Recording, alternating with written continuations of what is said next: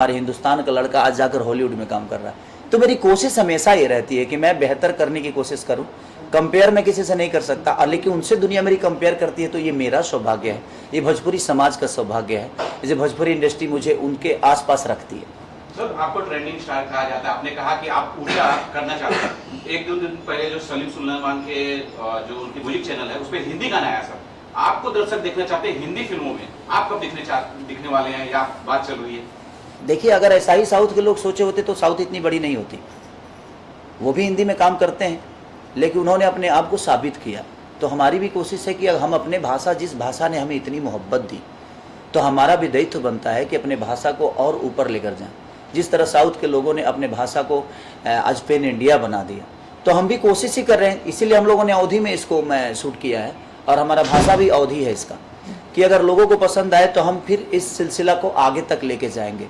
तो अगर हम भी बेहतर करते करते अगर अपने सिनेमा को भी पैन इंडिया बना दें, तो मुझे लगता है कि हमें हिंदी में काम करने की जरूरत नहीं, हम अपने आप हिंदी वाले हो जाएंगे, हिंदी के लोग भी हमें प्यार करने लगेंगे। तो कोशिश है कि अपने भाषा को बड़ा करें, जिस भाषा ने हमें बड़ा किया, और आज हम उस भाषा को छोड़ के किसी और भाषा के लिए काम करें, तो मुझे थोड़ा सा अनकंफर्ट महसूस होता है कि नहीं यार, ये ठीक नहीं है। क्योंकि उस भाषा का एक जिम्मेदारी मेरे ऊपर है। आज मैं एक भैंस चराने वाला आदमी, लिट्टी चोखा बेचने वाला आदमी, जूठा धोने वाला आदमी को आज लोगों ने यहाँ तक, इस लेवल तक पहुँचा दिया। तो मेरा भी तो कुछ दायित्व बनता है, मेरी भी तो रिस्पॉन्सिबिलिटी बनती है कि नहीं, जिन्होंने मुझे प्यार करके बड़ा किया, आज मैं उस घर को छोड़ के किसी और का हो जाऊं, तो ये मुझे गवारा नहीं है। कोशिश ये है कि अपने ही भाषा के जरिए इस दुनिया को बता दे कि नहीं, हम भोजपुरी के हैं, लेकिन आज पूरी दुनिया हमें प्यार करती है। डायरेक्टर सर, आपसे जानना चाहूंगी, और कौन कौन से कलाकार जुड़े हुए हैं इस फिल्म से? हमारे साथ खेसारी जी तो हैं ही, खुशबू, लेकिन नीना चीमा जी हैं, बहुत ही सीनियर एक्ट्रेस हैं, काफ़ी फिल्मों में और सीरियल में आप लोगों ने देखा होगा। इन्होंने बहुत ही इंपॉर्टेंट रोल किया है इसमें। अगर आपको फिल्म देखने का मौका मिले तो आप ज़रूर इनके कैरेक्टर के बारे में देखिए। और इसके अलावा गेस्ट अपीयरेंस में रवि भाटिया भी है, जो जोधा अकबर में सलीम के रोल में काफ़ी फेमस हुआ था। और बस ज़्यादा कैरेक्टर नहीं है, लेकिन सबका इम्पोर्टेंस अच्छा है। किसी भी फिल्म को हिट या फ्लॉप करने के लिए म्यूजिक का बड़ा अहम रोल होता है। इसमें के म्यूजिक के बारे में जानना चाहिए। इसमें म्यूजिक आपको कुछ अच्छा ही मिलेगा डेफिनेटली। और इन्होंने जो 2 गाने गाए हैं वो भी आपको अलग तरीके के, खेसारी लाल यादव के अलग तरीके गाए हुए गाने मिलेंगे आपको, मतलब कुछ डिफरेंस मिलेगा और कुछ चेंज ओवर मिलेगा इस फिल्म को देखने के बाद। और म्यूजिक नो डाउट मैं कहूँगा कि सबको एक बार सुनना चाहिए। कितने गाने हैं? टोटल 7 गाने हैं। और एक चीज़ जो इंटरेस्टिंग बात आपने बोला ना कि बॉडी बनाया आपने, बहुत मेहनत से बनाया। मैं डरा हुआ था क्योंकि इनका पहला दिन पहला शॉट शर्टलेस था। सर, खूब दिखाया आपने बॉडी। हाँ, नहीं जरूरी थी, और जरूरी भी था। तो होता क्या है कि मतलब हम लोग कितने महीनों से ये तैयारी कर रहे थे, और ये बुलाते थे मुझे जिम में, सर आके देखिए जरा, तो मैं चाहता था, मैं बोले अरे रेडी है चलिए शूट करते हैं, और तुरंत 2 दिन बाद जाके शूट किया था हम लोगों ने। वही लगातार हम डे नाइट सिर्फ एप्स के लिए किया। हाँ, और हाईलाइट ये है कि हर जगह जिम ढूंढे हो। वज्रेश्वरी यहाँ से 55 किलोमीटर दूर है, बहुत डेवलप इलाका नहीं है, वहाँ भी एक जिम ढूंढा गया इनके लिए। और ये देखिए, एक्टर क्या होता है, लेट सोना, सुबह लेट उठना, लेकिन ये सुबह जाके जिम करके फिर सेट पे आते थे। ये डिसिप्लिन ना, ये हर एक्टर में होना चाहिए, तो डायरेक्टर खुश हो जाता है अपने आप। देखिए, कम दिनों में भी बनाया जा सकता है फिल्म। लोग मुझे बोलते हैं कि इतने कम दिनों में कैसे बना लेते हो आप, यही रीजन है, डिसिप्लिन।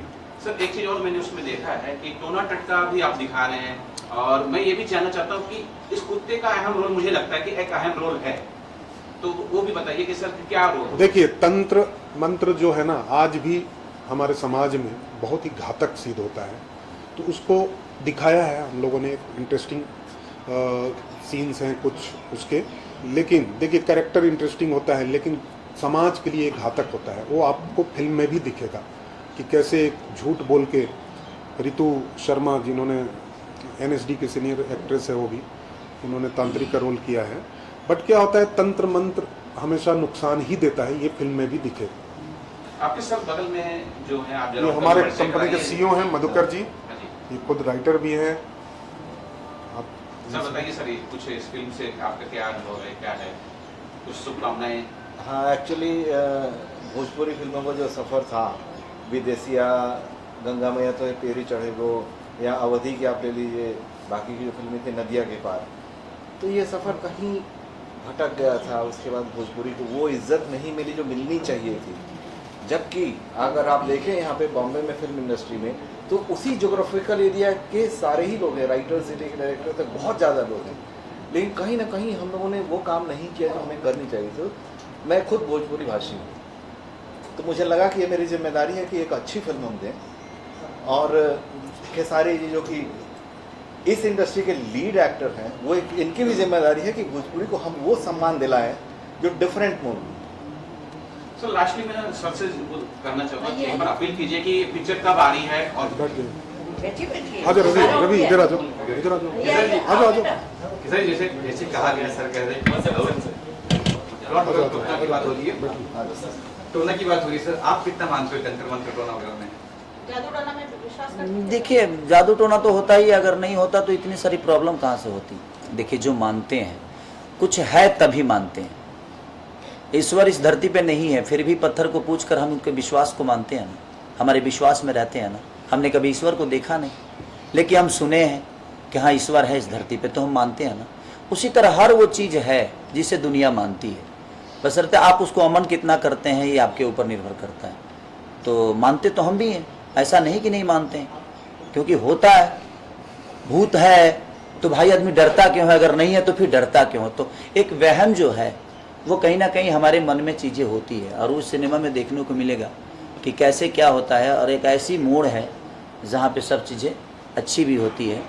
और मैं दादी के बारे में, जो कि मेरी दादी के रोल इन्होंने किया है, इनके सामने आने में मेरी भी फटती थी। ये कमाल की एक्टर हैं, क्या बात कर रहे हो आप? और ये इतनी प्यारी करती है ना कि डायलॉग को इतना अपने से सजा के बोलना, और हम लोगों को संभाल के, क्योंकि पूरी कहानी जो है ना वो दादी के इर्द गिर्द ही घूमती है।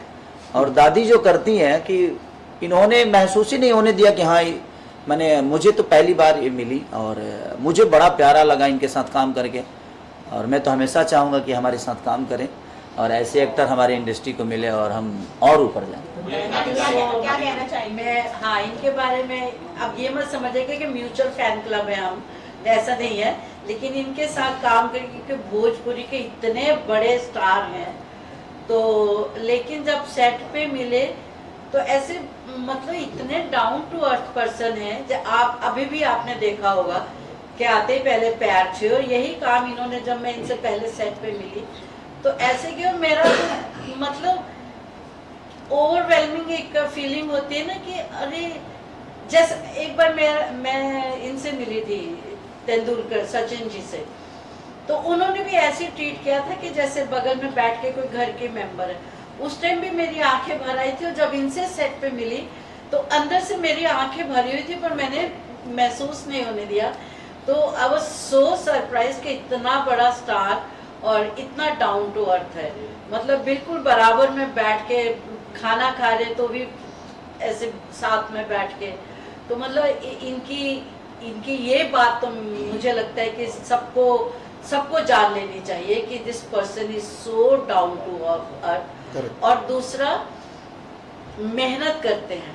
अगर एक अवधि मेरे लिए भी नई भाषा थी और ये भोजपुरी के एकदम वो थे, तो सबके लिए थोड़ा सा डिफिकल्ट हो रहा था, लेकिन जब तक वो फ्लुएंटली बोल नहीं पाते थे उसको रिहर्स करते थे, 10 बार बोलते थे, फिर पूछते थे ठीक हुआ, क्योंकि हमारे सेट पे एक भाषा एक्सपर्ट भी रखे गए थे, तो जब तक उसको पूरा 100% नहीं ठीक बोलते थे तब तक ये रिहर्स करते थे। तो ये तो, और एक्टर को ऐसे ही होना चाहिए कि अपना 110% दे। 100% तो हर कोई कोशिश करता है, लेकिन इनको मैंने देखा कि सेट पे 110% देने की कोशिश की इन्होंने, और सबके साथ ऐसे ही बिल्कुल जैसे एक फैमिली के हम लोग इकट्ठे हैं, अगर लाइटिंग हो रही है तो बैठ के हम लोग आपस में हंसी मजाक कर रहे हैं। तो एक्टर और सुपरस्टार तो ये है। खुशबू जी, आप बताइए अपने रोल के बारे में, किस तरह का किरदार है आपका?